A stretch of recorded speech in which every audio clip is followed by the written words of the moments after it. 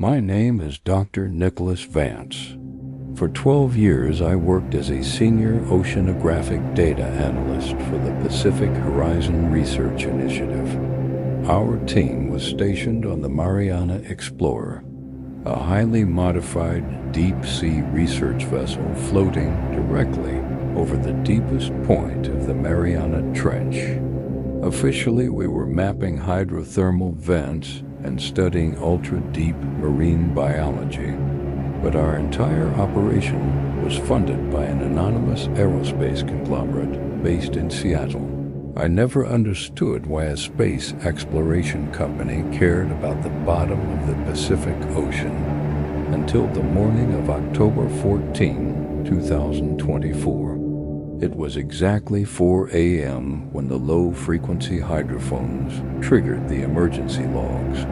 A hydrophone is an underwater microphone that records sounds inside the deep ocean crust.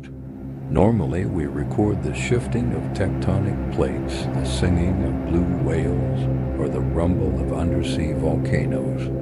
But this sound was different. It was a rhythmic mechanical pulse that repeated itself every 11 seconds. It didn't sound like nature. It sounded like a massive heavy iron piston striking a solid metal floor miles beneath the water. I ran to the main laboratory on the upper deck to check the acoustic readouts. My assistant Clara was already there, staring at the spectral analysis monitors. She didn't hear me enter the room because she was completely focused on the patterns. The sound waves weren't random lines on the screen. They were forming a perfect mathematical fractal geometric pattern. Clara looked up at me, and her face was completely pale in the green light of the monitors. She whispered that the sound wasn't coming from beneath the ocean floor. The hydrophones were picking up an acoustic reflection. The source of the signal was traveling downward through the water column from the surface. I adjusted the deep-sea satellite arrays to scan the upper atmosphere, expecting a solar storm or a weather anomaly. But the data that came back made no physical sense. The global positioning satellites were losing their tracking locks over our exact coordinates. Not because of a software glitch. Something was actively displacing the electromagnetic field of the Earth directly above our ship. I walked out onto the observation deck to look at the night sky. The Pacific Ocean was completely calm, like a giant sheet of black glass. There was no wind, no current, no sound except for the steady thrum of our ship's diesel generators. I looked up toward the constellation of Orion, expecting to see cloud cover, but instead I saw the stars disappearing. A massive circle of absolute darkness was expanding in the center of the night sky. It didn't look like a cloud because it had sharp, perfectly straight geometric edges. It was blocking out the stars row by row, moving silently across the upper atmosphere. It had no lights, no engines, no visible propulsion fields. A silent shadow, miles wide, hovering directly over our research vessel. Then my tactical radio on my belt burst into life with sharp static interference. It wasn't our crew speaking. A voice came through the encrypted channel, layered and distorted by a deep mechanical drone. The voice said, "The beacon at 11,000 meters has been activated. Commence the recovery of the sleeping component." I looked down at the dark water beneath the ship's hull, and for the first time in my life I realized that the ocean wasn't empty, and the things in the sky weren't visiting us. They were returning for something we had built our entire civilization on top of. The shadow in the sky remained completely motionless. It was so dense that it seemed to swallow the moonlight entirely. Clara called me back into the main laboratory room. Her fingers were flying across the mechanical keyboard of the main terminal. The hydrophones were no longer just recording a mechanical pulse. The signal from the bottom of the Mariana Trench had changed. It was answering the shadow in the sky. The underwater microphone arrays were picking up a massive acoustic return from 11,000 meters. It sounded like a heavy metallic groan echoing through the dark water column, like a colossal iron gate being forced open after millions of years of rust. The digital temperature sensors on our deep-sea probes began to glitch out completely. The water temperature at the bottom of the trench is normally just above freezing, around 1 to 2 degrees Celsius. But the monitors were showing a sudden and impossible spike. 30 degrees, 50 degrees, 80 degrees. The water down there was boiling, but the high pressure of the ocean stopped it from turning into steam. I grabbed the radio console to contact the Naval Command Center in Guam. The speakers didn't emit static. They emitted a clear rhythmic sound that filled the entire room. It sounded like a massive, heavy heartbeat pulsing through the speaker mesh, slow and deliberate, like the breathing of a giant biological machine. Every digital clock in the facility froze at exactly 4:12 a.m. The numbers didn't disappear, they just stopped flickering. I looked through the heavy glass window toward the rear crane deck. The deep-sea remote-operated vehicle, which we called the Abyss Titan, was hanging from the steel cables. The heavy titanium robot was supposed to be completely powered down for maintenance, but its high-intensity LED searchlights suddenly snapped on by themselves. The twin beams of white light cut through the dark ocean surface, illuminating the water below. The water around the ship's hull was no longer dark blue or green. It was turning into a thick, milky white fluid that filled the air with a strong smell of sulfur. Clara pointed at the sonar display screen.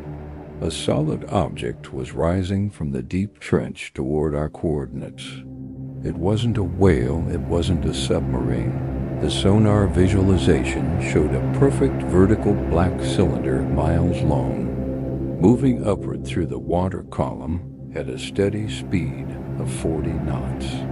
The sheer displacement of water should have created a massive tidal wave that would capsize our ship, but the ocean surface remained perfectly flat and still like a mirror. The laws of physics were being overridden by the presence of the object. Then the main diesel generators of the Mariana Explorer choked and died. The steady, comforting thrum of the ship vanished instantly, leaving us in absolute darkness and terrifying silence. Only the twin searchlights of the Abyss Titan remained active, powered by an unknown internal energy source. The mechanical arms of the heavy titanium robot began to move on their own, twisting and bending the thick steel cables that held it to the crane structure. The metal screamed as it was torn apart like paper. The robot dropped into the milky white water with a heavy splash and disappeared into the dark depth. Then a soft vibration started beneath my boots. Not a violent earthquake, a gentle rhythmic pulling sensation that felt like the entire ship was being drawn downward into the center of the white ocean. The white water around our vessel began to glow from within, a pale luminescence that didn't illuminate the environment but made the shadows look darker. Clara was sitting on the floor holding a portable digital data recorder. The main backup battery terminal clicked and a small auxiliary monitor flickered to life. It was receiving an encrypted wireless transmission from the Abyss Titan. The robot was descending rapidly through the milky white water column. The depth gauge on the corner of the screen showed 3,000 meters. then 4,000, then 5,000. The camera lens was covered in thick, dark organic particles that looked like ash. But it wasn't volcanic debris. The particles were moving against the current like microscopic worms. The robot's searchlights hit the top of the rising cylinder at 6,000 meters. The material of the object wasn't steel, and it wasn't stone. It was a smooth, black, glass-like obsidian that completely absorbed the high-intensity light. No reflections, no imperfections, a perfect, flawless geometry miles wide. As the Titan descended along the side of the cylinder, the camera captured thousands of rows of carvings. Not symbols or languages we know. They looked like intricate circuit boards and stellar maps etched deep into the black glass. The structures were pulsing with a faint, dark violet energy that blurred the digital image. Clara whispered to me to look at the telemetry data of the robot's hull. The external pressure at 5,000 meters is over 500 times atmospheric pressure. It should be crushing the robot's joints and seals. But the internal sensors showed zero pressure, as if the water around the Titan had lost its physical mass and weight. Then the camera feed jerked violently as the robot was pulled into a massive opening on the side of the cylinder. The interior of the object was completely hollow and filled with dark gas instead of water. The Titan's searchlights swept across a colossal central chamber that stretched beyond the camera's range. Suspended in the center of the chamber by thousands of thick black cables was a biological container, a massive translucent sphere filled with a thick, luminous silver fluid. And inside the silver fluid something was floating. It wasn't an animal, and it wasn't a machine. It was a giant humanoid shape with elongated limbs and translucent skin that revealed a golden skeletal structure. The creature had no face, just a smooth metallic visor built directly into its skull. The cables connected to its head were pulsing in sync with the rhythmic mechanical heartbeat we heard on the radio. The Titan moved closer to the glass-like surface of the sphere. Suddenly, the creature's visor flickered with a sharp violet light. The mechanical arms of our robot reached forward and smashed its own camera lens. The screen in our laboratory exploded into static and lines of corrupted code. But before the feed died completely, a single audio packet was processed by the recorder. It wasn't a machine drone this time.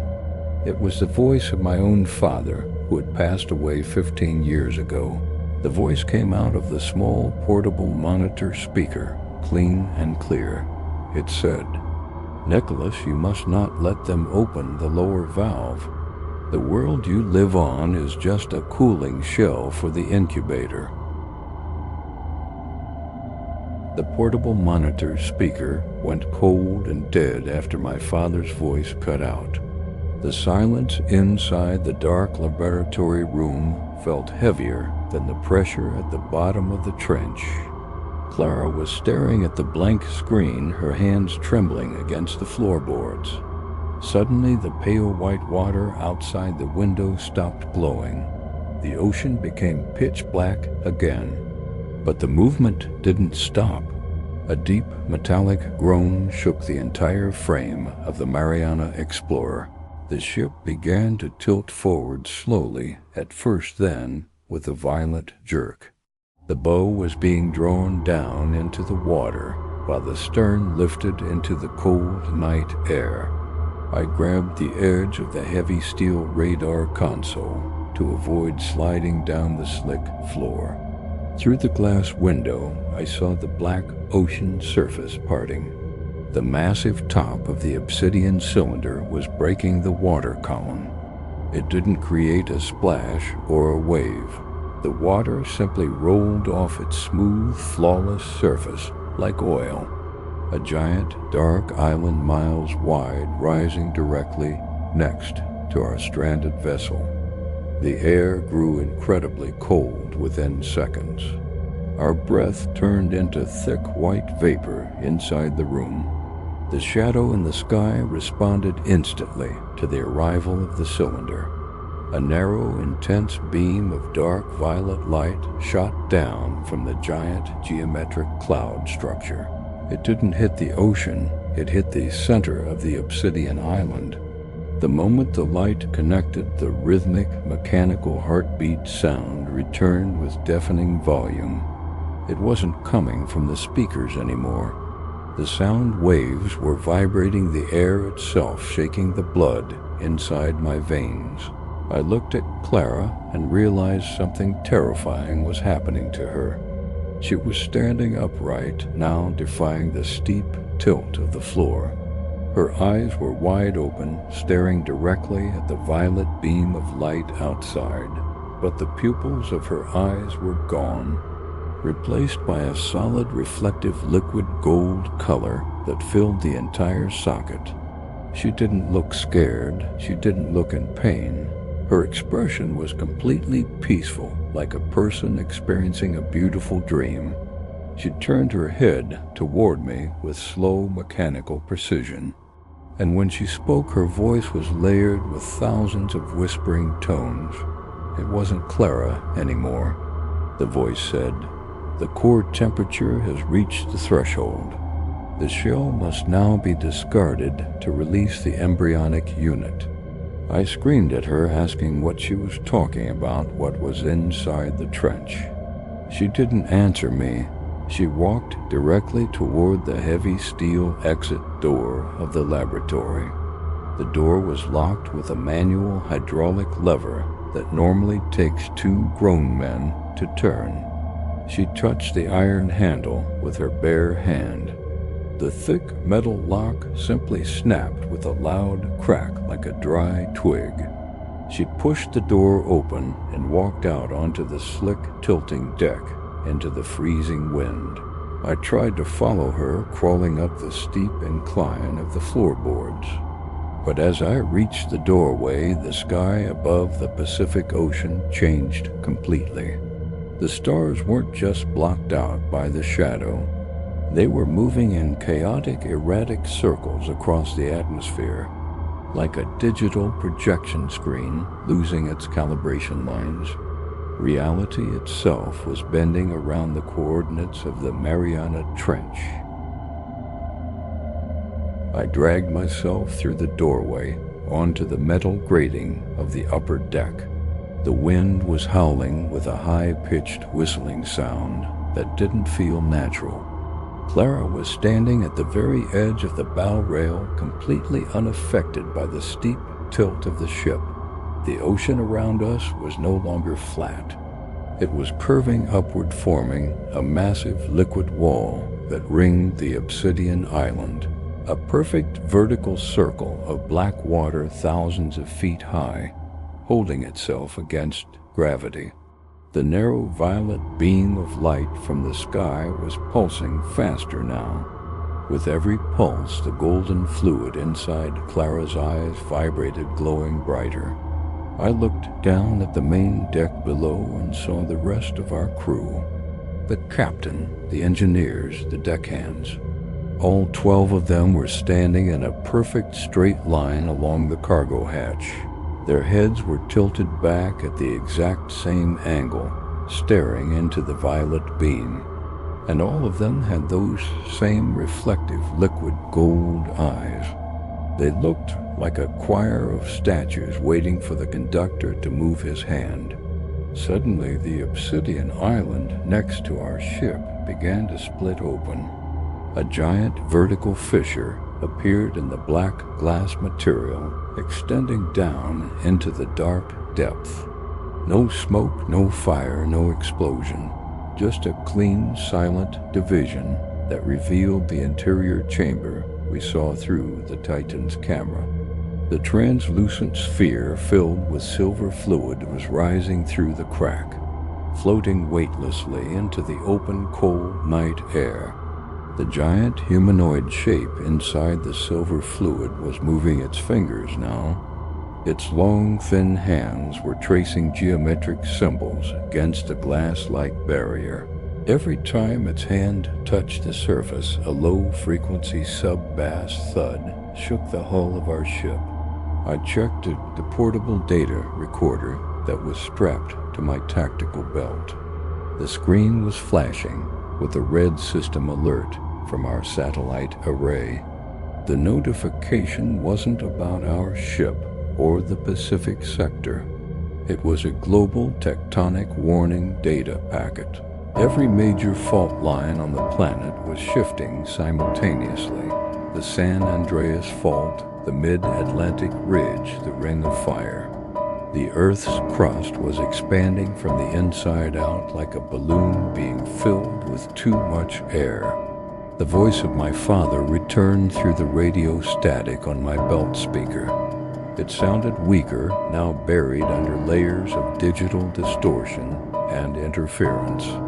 It said, Nicholas, the conglomerate in Seattle, knew about this since 1972. They didn't build satellites to look at space, they built them to monitor the shell's expansion. We are not the inhabitants of this planet, Nicholas. We are just the organic moss growing on the eggshell. The incubator is hatching. Clara turned her head back to look at me from the bow rail. A single tear of liquid gold was rolling down her pale cheek. She didn't use her mouth to speak, but the words echoed inside my skull with absolute clarity. She said, "Do not be afraid, Nicholas. The cycle requires 90,000 years to complete the gestation. Your species has fulfilled its purpose by maintaining the thermal balance of the outer layer. Now the original form must take its place among the stars." The translucent sphere reached the peak of the violet light beam and stopped hovering in mid-air. The golden skeletal structure of the creature inside began to glow through its translucent skin, and then the silver fluid inside the sphere began to drain downward into the open trench, leaving the entity completely exposed to our atmosphere. The giant humanoid figure hung suspended in the dark violet beam of light. Its translucent skin seemed to stretch and harden as it touched the open air. The golden skeletal structure beneath its flesh was pulsing with an intense heat. I could see the air warping and rippling around its elongated limbs, like waves of heat rising from asphalt in the middle of summer. The rest of our crew on the lower deck began to move in perfect unison. They didn't speak, they didn't scream.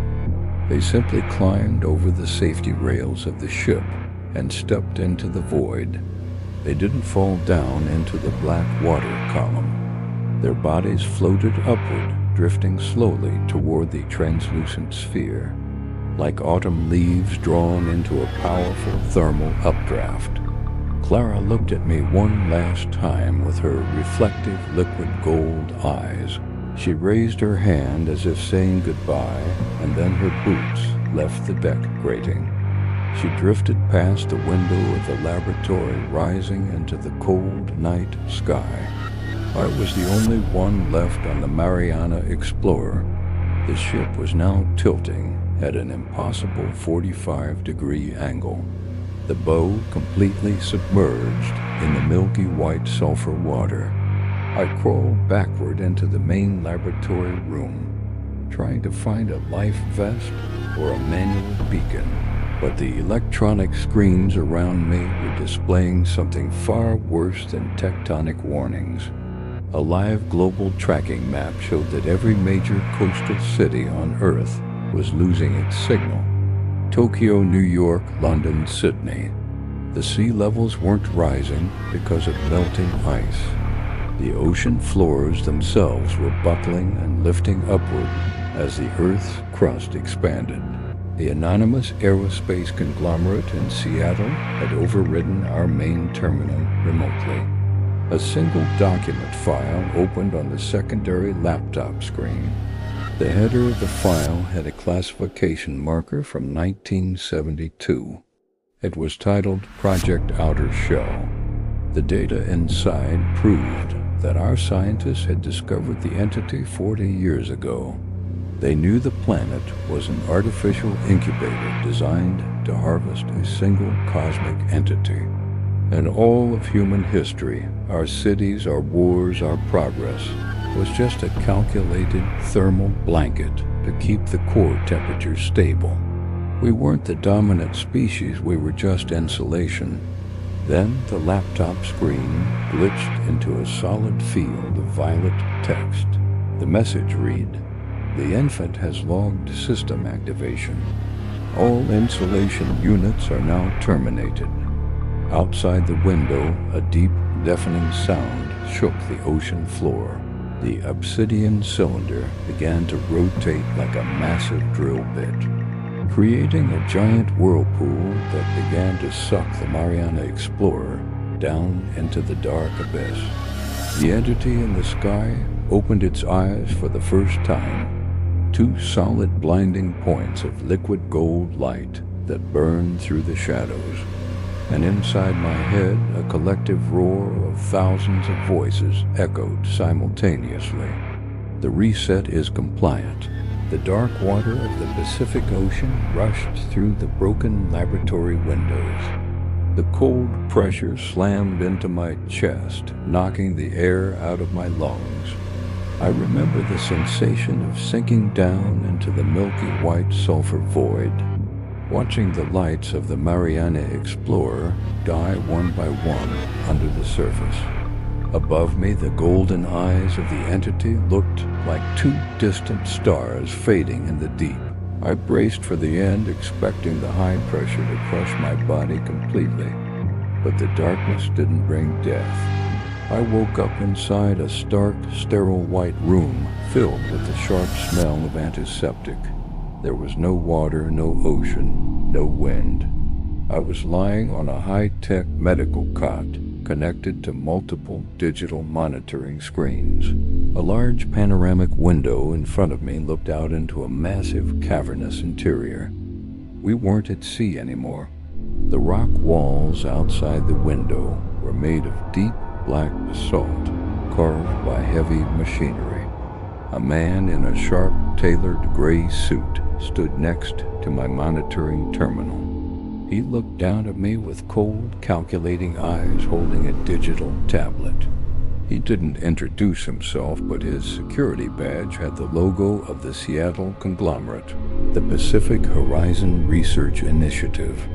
He told me I was currently 300 meters beneath the surface of Mount Rainier in Washington. He said our recovery convoy had pulled me from the ocean hours before the sector collapsed. I asked him about Clara, about the crew, about the giant golden entity in the sky.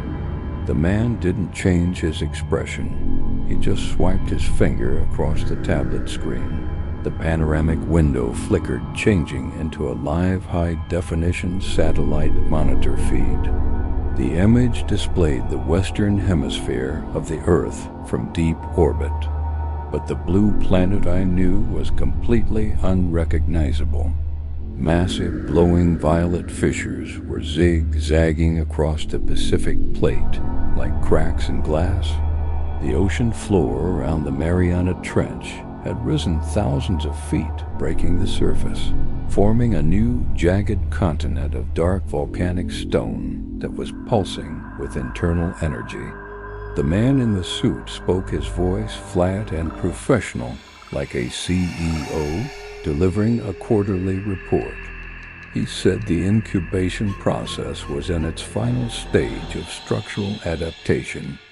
He told me the conglomerate had been preparing for this day since 1972. They didn't build space rockets to escape the Earth. They built them to sync with the entity.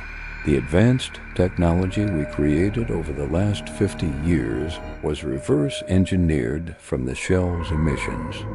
Every satellite grid, every cellular tower was designed to build a global neural relay network, not for human communication, to transfer the collective data of human consciousness into the entity's golden skeletal structure.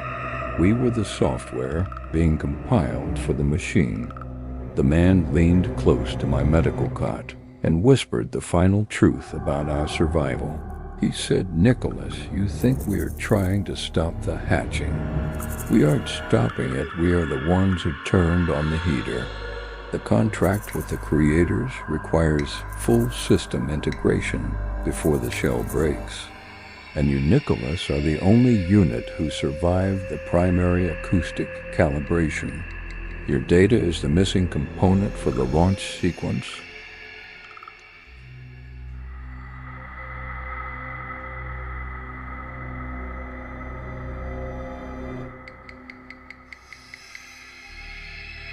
The man in the gray suit stepped back from my cot. He swiped his tablet once more, and the door of the medical room slid open. Two guards in black tactical gear with full-face helmets entered the room. They didn't touch me. They didn't raise weapons. They simply adjusted the digital parameters on my medical terminal. Instantly, my body moved against my will. The cybernetic impulses from the monitoring wires overrode my central nervous system. I stood up from the cot, my legs moving with that same rigid, mechanical step I saw on the ship. They escorted me out of the room down a long, curving tunnel of smooth black basalt stone. The air here smelled like burning electrical components and old copper. The deeper we walked, the louder the sound became. It wasn't a human noise or a machine hum. It was the rhythmic mechanical heartbeat from the Mariana Trench, repeating every 11 seconds. We entered a colossal central chamber beneath the volcano roots. The space was so massive that the high ceiling was lost in dark shadows and volumetric steam. Suspended in the middle of the cavern was a giant spherical antenna miles wide, made of the same flawless black obsidian glass as the island in the Pacific. Thousands of thick, glowing violet cables extended from the sphere, connecting into the rock walls. And lined up along the catwalks of the chamber were hundreds of people. Scientists, engineers, security guards, clerks. All of them were standing perfectly, still their heads tilted back at that exact same angle. Their eyes were gone, replaced by that solid, reflective, liquid gold fluid. They were the personnel of the Seattle conglomerate.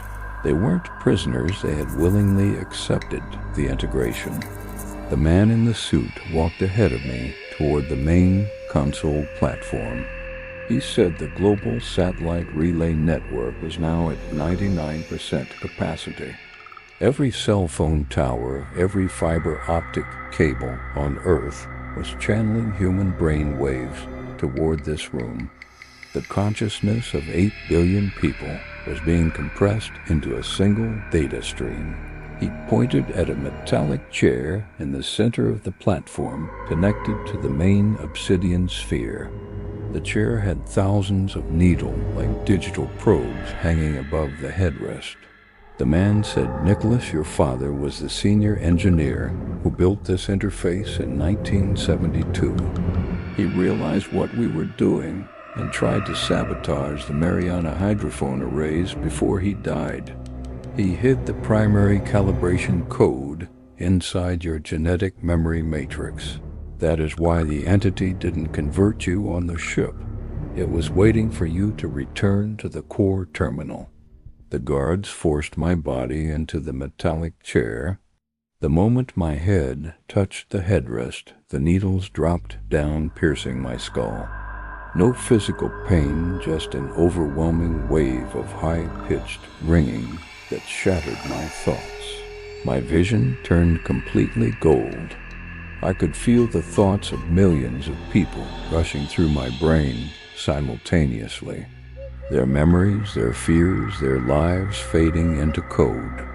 And through the global satellite grid, I saw the surface of the planet one last time. The cities were dark, the oceans were boiling, and the Earth's crust was beginning to shift.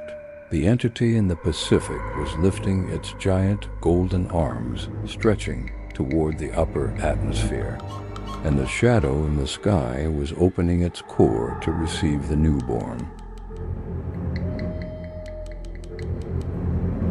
The gold light inside my eyes was burning hot.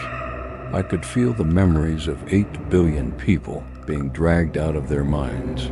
A teacher in Chicago, a farmer in Ukraine, a child in Tokyo. All of their lives were being converted into numbers and code packets. The data stream was flowing straight through my brain into the obsidian sphere. The man in the gray suit stood in front of the console, watching the gauges rise. The digital indicators were flashing green, showing full synchronization. 99.7%, 99.8%. He smiled a wide, empty smile, his own eyes starting to glaze over with gold fluid.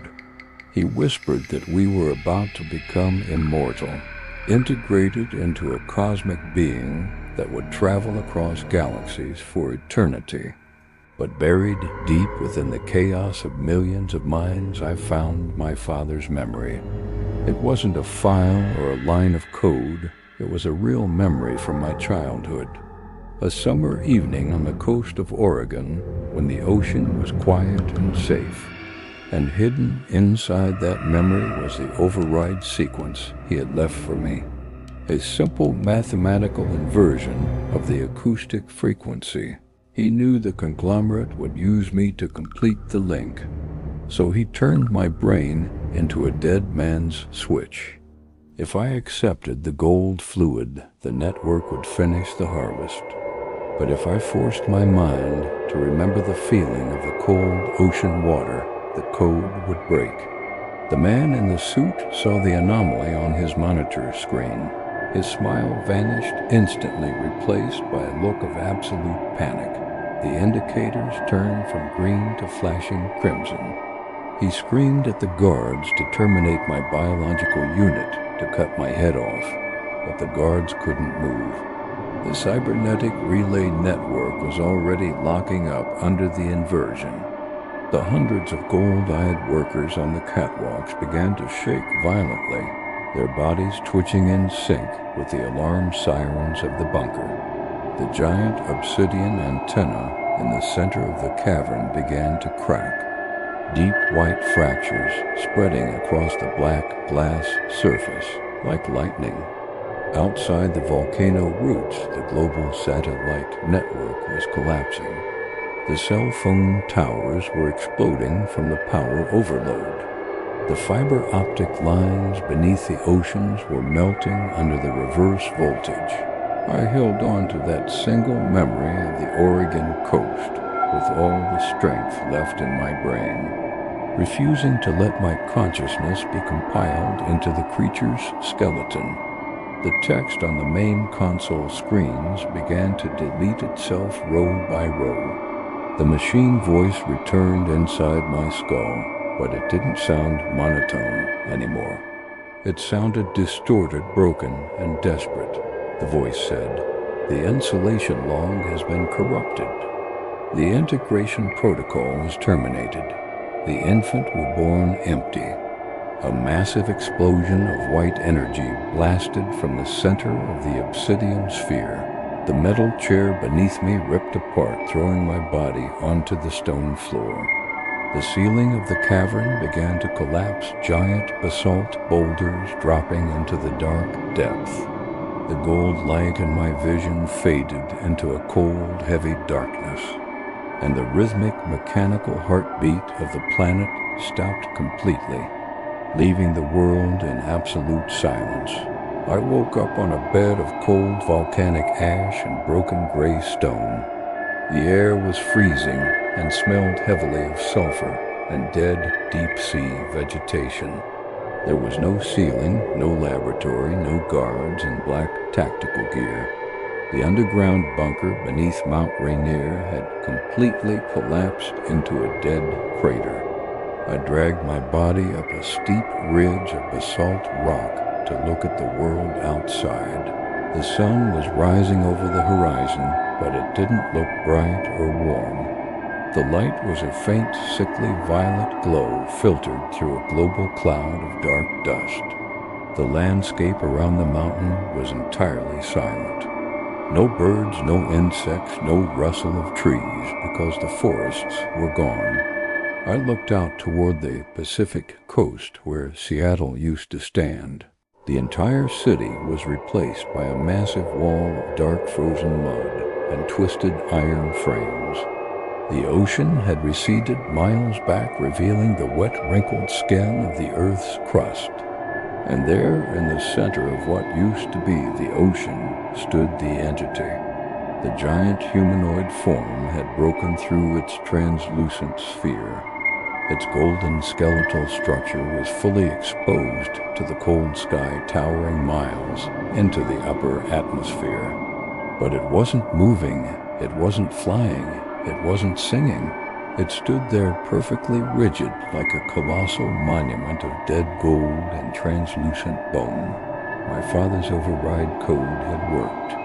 The integration protocol was stopped before the software could finish compiling. The entity had hatched, but its brain was completely empty. 8 billion human lives were saved from being turned into data packets. But the price of our memory was the destruction of our home. The incubator had cracked open, and the cooling shell was broken beyond repair. I walked down the ash ridge toward an abandoned military transport vehicle on the road. The electronics inside were dead, melted by the electromagnetic pulse of the explosion. Only a small mechanical shortwave radio on the dashboard was clicking faintly. I turned the dial through the empty frequencies, listening for any sign of human survival. No voices, no distress calls, no military channels, just static, until I reached the lowest frequency band on the edge of the spectrum. The speaker didn't emit static, it emitted a slow, rhythmic, mechanical sound. It was the heartbeat of the dead entity echoing from the coast. And then, beneath the heartbeat, a new sound appeared. A soft, quiet, rhythmic, mechanical clicking noise coming from inside the radio mesh, like thousands of metal needles hitting a concrete floor. I looked through the windshield at the desolate gray road ahead of me. Standing in the middle of the fog under the violet sky was a figure in a torn blue flight suit, and behind it another figure, and another and another. Hundreds of them walking out from the ruins of the forest with slow mechanical steps. It was Clara and the rest of the gold-eyed witnesses from the Mariana Explorer. Their eyes weren't gold anymore. They were completely hollow and solid black. They didn't have the entity's network to guide them, but they were still moving. They were still following the prime directive written into their muscles. They turned their blank, faceless heads toward my vehicle simultaneously, and inside my skull a collective whisper of thousands of broken voices echoed one last time. The voice said, "The insulation has failed. The environment is freezing. We must find another egg.